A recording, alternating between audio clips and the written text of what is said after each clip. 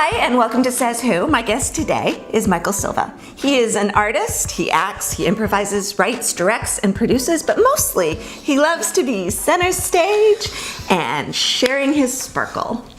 It's true. Hi. It's true. Hello, Laura. Thanks for having me. Well, thanks for coming in. Well.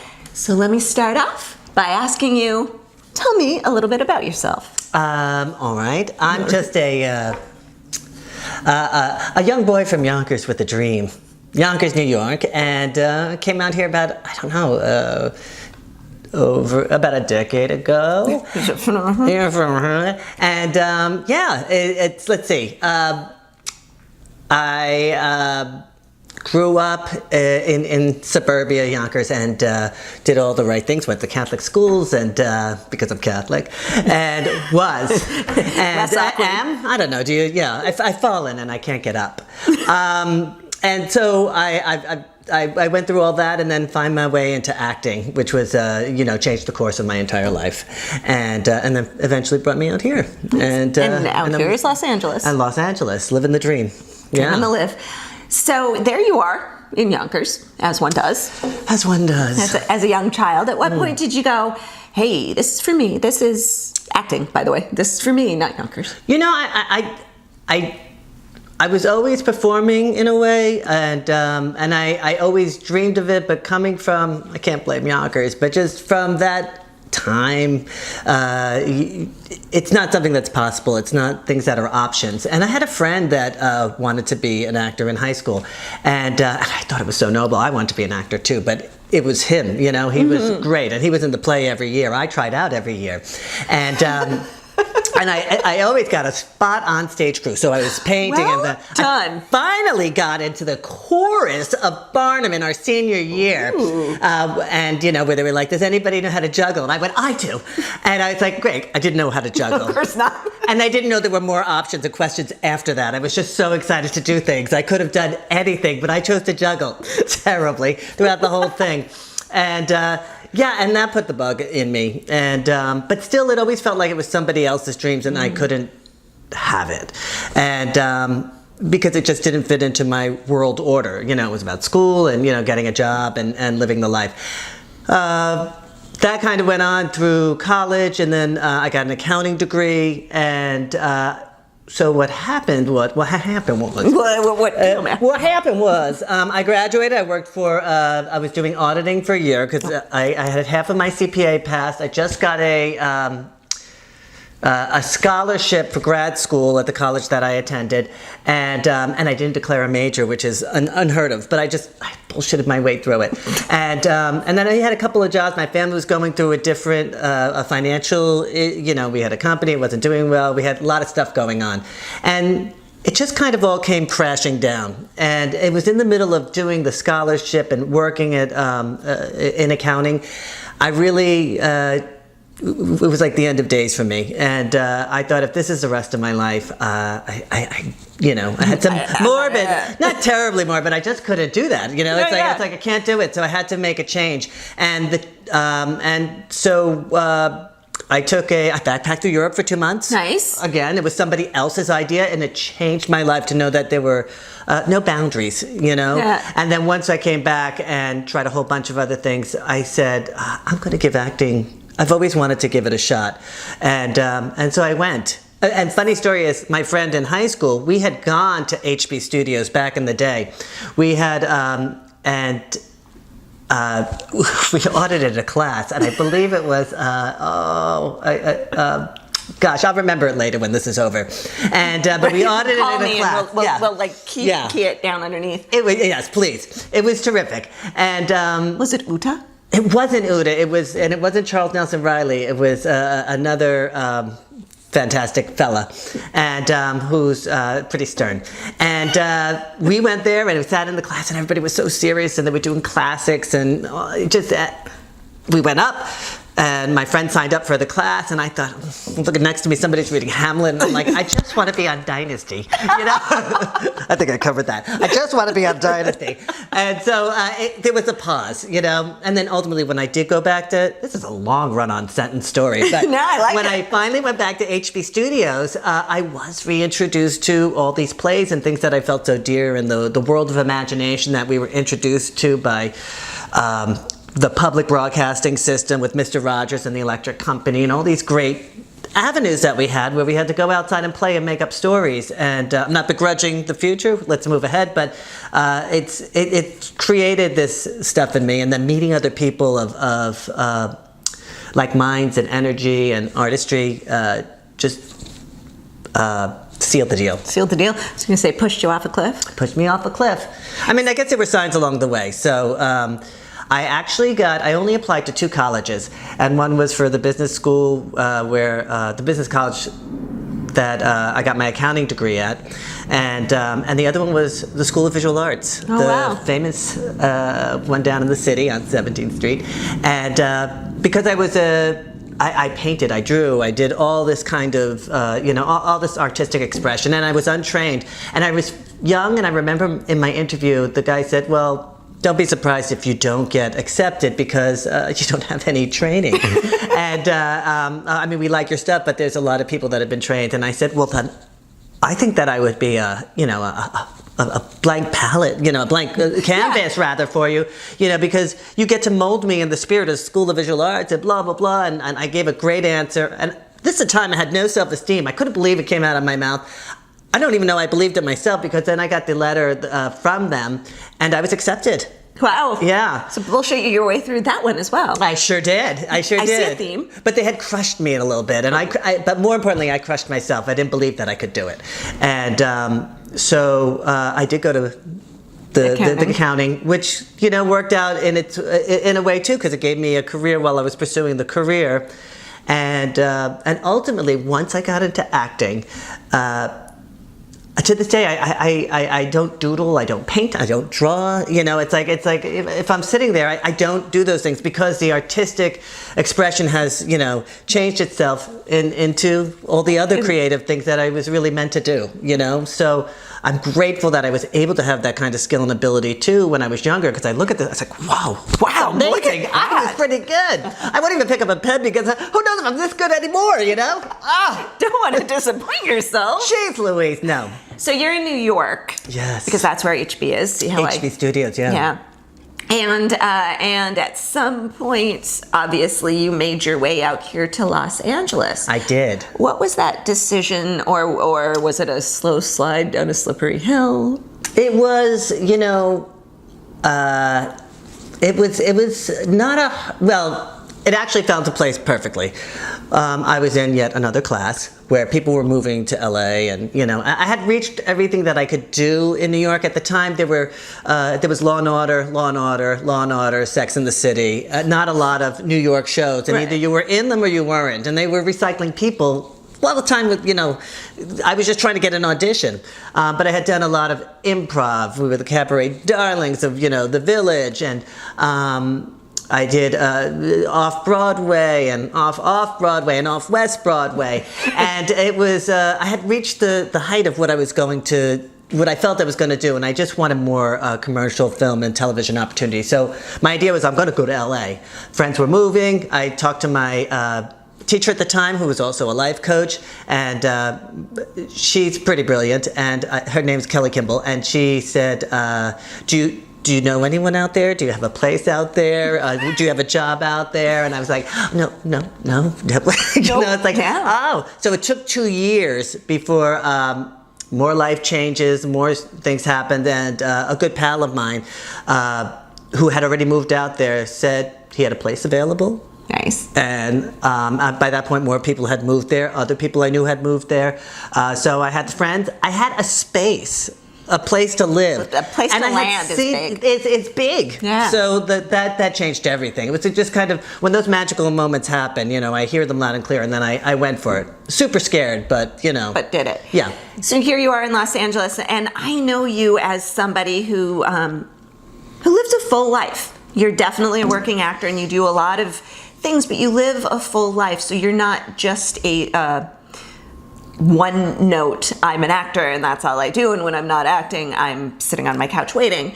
Right. When did you come into that, or was that something you fully did from the moment you landed? You know, it's something I came into, you know, and I think age and time and, you know, we talk about what a working actor is, and, you know, sometimes you're working, sometimes you're not. Sometimes you're paid, sometimes you're not. What makes you successful? And, you know, part of my full life was just being in the creative world. I don't remember a period of time where I wasn't in a class, and of some sort. And right. you know, for community, certainly for, you know, to build up, you know, to keep everything fresh, and that helped a lot. But it felt like at times I'm just surviving to take a class. You know, it's. But really, what it was doing was it was building, you know, my character, my persistence, and again, my craft. But I had to remember to live outside of the box too, because in your 20s and 30s, you know, hitting it hard in New York is great. You can do 17 things in a day. In LA, if you do one thing a day, you're busy. You're busy. You know? Exactly. If you're driving the one thing a day. I drove there, and then I got there, and then I did it, and then I had to drive back. You know, you're done. Now it's 8 p.m. Right. So, finding the time to do other things and travel and, you know, maybe date or have a relationship. I started saying yes to, I think in the past I said no to things because I'm like, no, I have to be present for acting. I can't leave during pilot season. I've never had a period during pilot season that, you know, really required that I be here. You know, I just planned a trip for May to go to Europe, and I told a friend of mine, they go, oh, my agent said, you know, I can't believe you're leaving in the middle of pilot season. I said, my agent said, have a good time. Yeah, my agent's like, no, go ahead and buy those tickets because that's the one time you'll get an audition. Well, that's what they say, and I kept waiting for that, so I started going on lots of trips. Nothing. But guarantee if you make a plan, that's when things will open up. But and then you got to find the flexibility with that too, and you got to find the people in your life, whether they be partners and friends that have that flexibility in their life, because that's not always apparent. The family that has that, you know, and you know, I'm far away from my family. They support everything I do, but if I lived there and then I told them one day, oh, now I'm not gonna, this isn't gonna work. You know, I'm sure they'd adapt, they'd be fine. But it's just a little bit easier when you have people who understand that. Yeah, for sure. But going after what you enjoy and filling out those other parts of your life, whether it's travel, other skills, you know. I mean, going back to painting or things like that, museums definitely. Having enriched experiences only add to your talent and your experience in the craft. So and it makes you happy. Yes. And we need a little more happiness in this. There's a lot of there can definitely be a lot of angst. Yes. In it. Speaking of happiness and things that will fulfill you, we get to move on to the lightning round. Oh my goodness!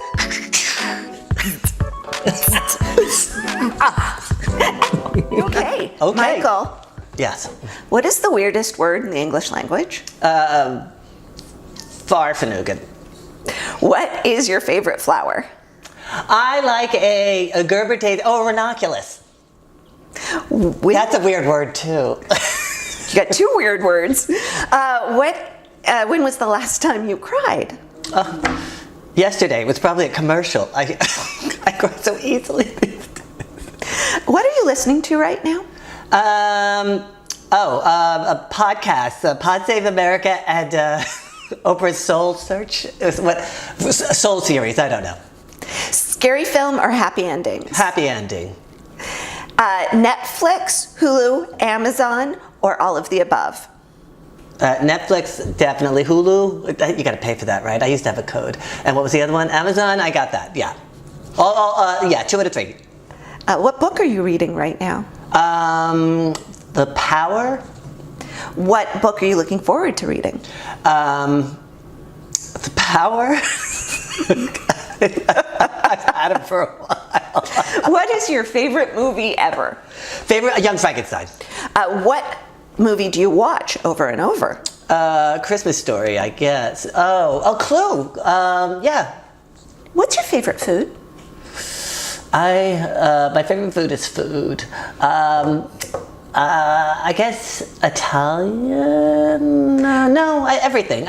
Barbecue, meats, things. Yeah, it's a popular answer, I'm sure. What? On a scale of 1 to 10, how well do you cook? How well do I cook? Mm-hmm. Oh, I think I'm an 8.9. I'm probably a 7. No, I'll give myself an 8.5. What is your favorite thing to cook? Chicken. What is something you wish you could cook but you just can't? Let's see. Anything French, fancy. Yeah. Oh, I know how to cook a duck. Duck. You like the fowl. Foul, indeed. Do you have a tattoo?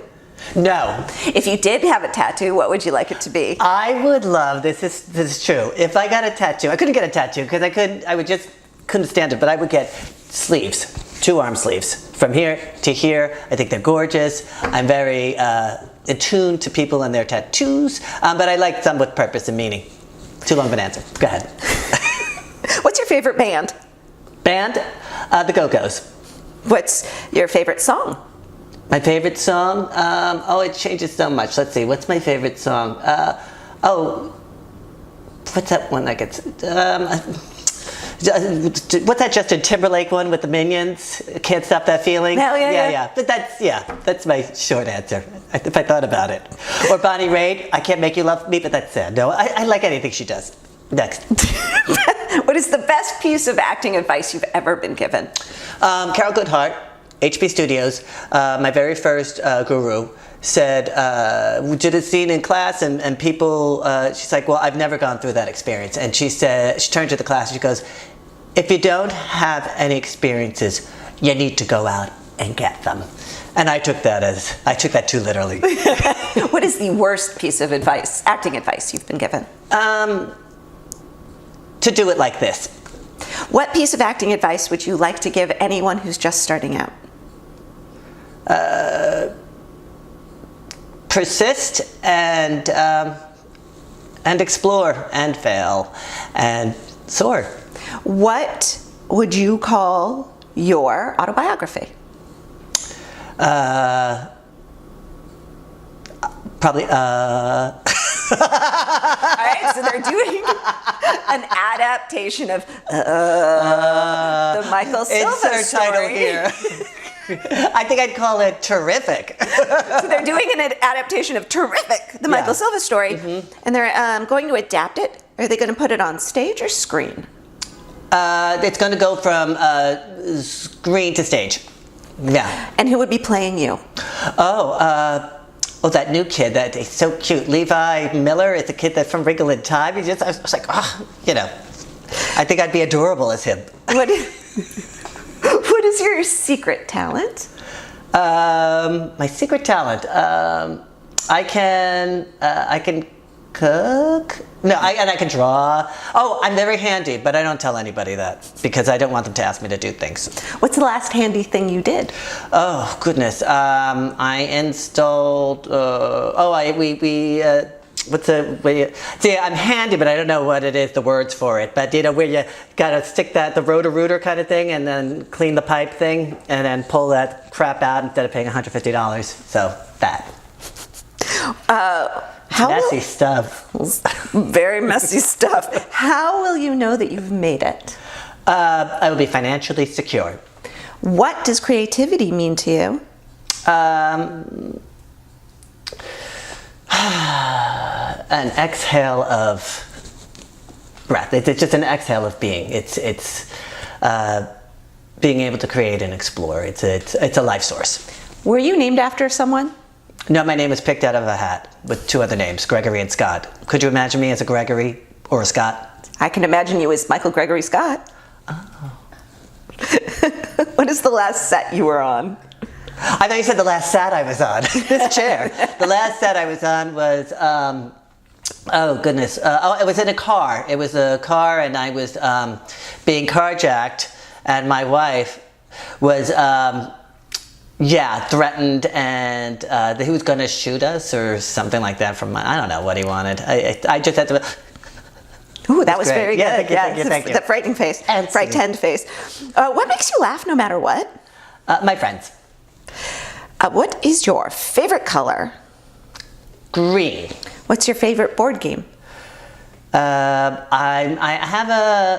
love playing Family Business. It's an old game where you're all mobs and then you have to kill each other. It's terrible. It's like it's awful. If someone were going to write the perfect part for you, what would it be? The Mad Hatter in modern times. What country would you like to visit? I would like to visit well, I love France, but I've been there. I would like to visit Thailand. Iceland. I would like to go to Ireland and Scotland and Finland. I'd like to travel. I'd like to just go. I just like to go. What is a life lesson that you wish everyone could learn? I think love yourself. Well, I have loved this part, but we are going to move on from the lightning round. Oh no, more. Okay. As always, I'm going to end with the same 10 questions that James Lipton asks at the end of Inside the Actors Studio. I'll try not to repeat myself. Michael, are you ready? I am ready. What is your favorite word? Love. What is your least favorite word? Stupid. What turns you on creatively, spiritually, or emotionally? Genuinity,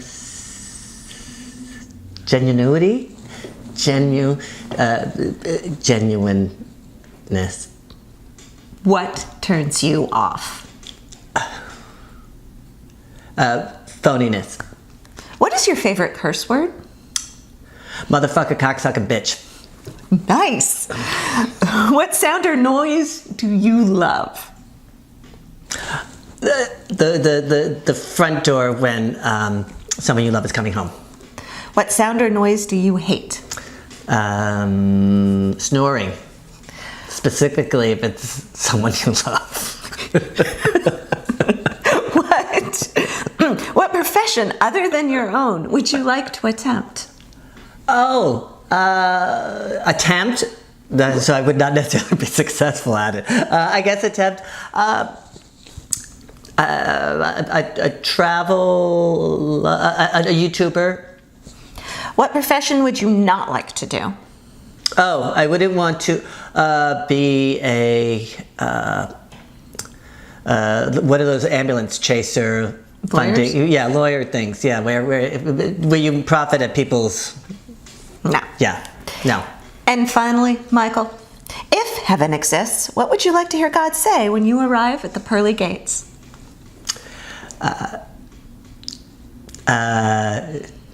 Welcome. Your parents were wrong. You were coming here all along.